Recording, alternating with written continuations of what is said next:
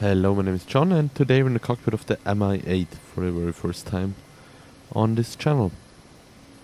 Recently it has gotten some love by the developers, so I thought, well, let's give it some love as well and make a couple of videos about some of the cool stuff that has been added recently, or at least over the past few months.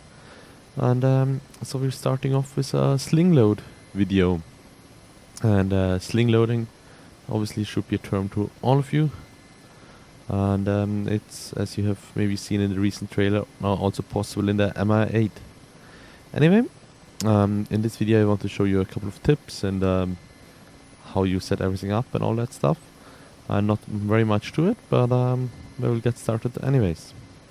Okay, one switch we want to look at is up here, and that's the external load auto release.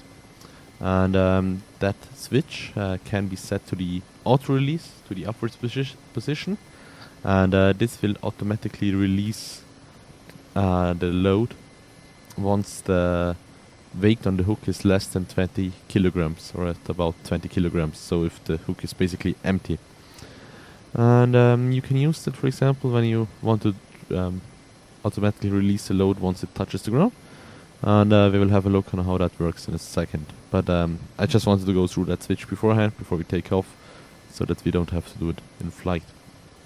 Anyway, I have set up a couple of cargo items. Excuse my sloppy takeoff there. Back there. And we want to pick up one of those. And the cargo item we have selected for this flight has 2 tons. And that's about... that's just 1 ton below the 3000 kilogram maximum cargo sling loading capacity of the Mi-8, and it will just do fine for this flight. We're on fuel, but we do not carry any weapon posts on the outside or any subwings, so we should be quite fine with that additional weight. And I went ahead and opened the radio menu, pressed F6 to bring up the sling load menu, and I've chosen my cargo. And that caused the red smoke to pop up just above the cargo item I want to pick up. And we will now just fly there and bring ourselves in position above that. And there is a position indicator showing you in which direction you move. You don't have to use that, and I won't for this video. Just keep in mind you have to be at least 10 meters above the ground, but not more than 20 meters, so about 50 meters will do just fine, as you can see in the radar altimeter. And we want to be stationary above the target for maybe 10 seconds, which the ground crew takes to hook on the cargo. Okay, I'm coming on the cargo, correcting a bit to the left, trimming a bit, slowing down a bit. Okay, the red smoke is filling the cockpit. Okay, there we go. Perfect. And now moving a bit forward, because it must be just below our nose. Okay, here we go. Okay.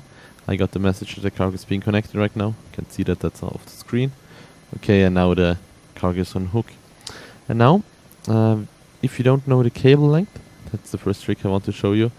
We just slowly climb until the helicopter gets pulled down by the cargo. You will notice that when you fly yourself in the simulator, like right now, you can see like the helicopter is held down by the cargo, and we can see on the radio altimeter, let me zoom in on that, we're about 20 meters above ground.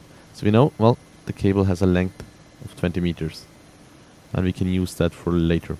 Anyway, now let's just pick up the cargo by adding more collective. And the cargo is coming off the ground. We get a positive climb. Accelerating a bit forward to help out the engines. Okay. And another important device is the engine load indicator there on the bottom left. And you can see the 3 red marks in there and the 2 yellow indicators. And the yellow indicators basically are your current engine power, and the red marks are your maximums. And the top maximum, or the top red bar, is the absolute maximum. The middle maximum is like is the takeoff maximum, which you can have for 5 minutes. And the lowest bar is the maximum continuous power. And you want to be below that maximum continuous power during all of the flight, so that you don't toast your engines and you don't get called out by your ground crew or your flight engineer. Anyway, And now we have the cargo on the hook and flying around here. And not much to pay attention to right now. Just keep in mind that if you fly low, stay above those 20 meters, else your cargo will impact the ground obviously and get damaged. And you can on the collective, you see the two red caps there. They allow you to drop the cargo either when it's on the ground or even during the flight. For example, if you get into a vortex ring state and you obviously don't want to lose the helicopter, so you can just simply get rid of the cargo. However, if it falls from too height or if it falls at a fast speed, it will obviously get damaged.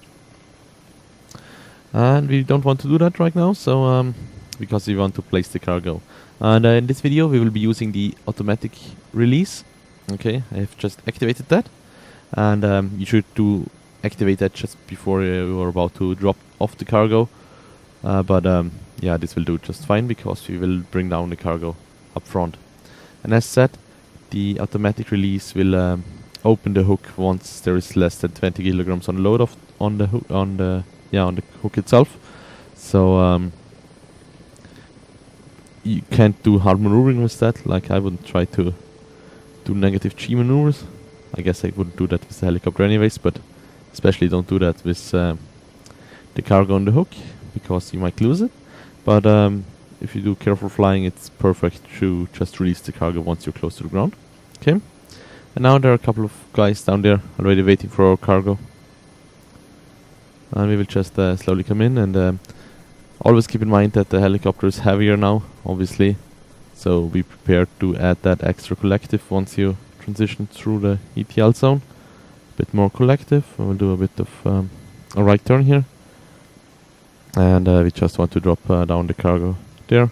Not too sure what's going on with that bus, but oh well, no, here it comes. Okay, now we remember our rope is about 20 meters long. Oh, sorry for that.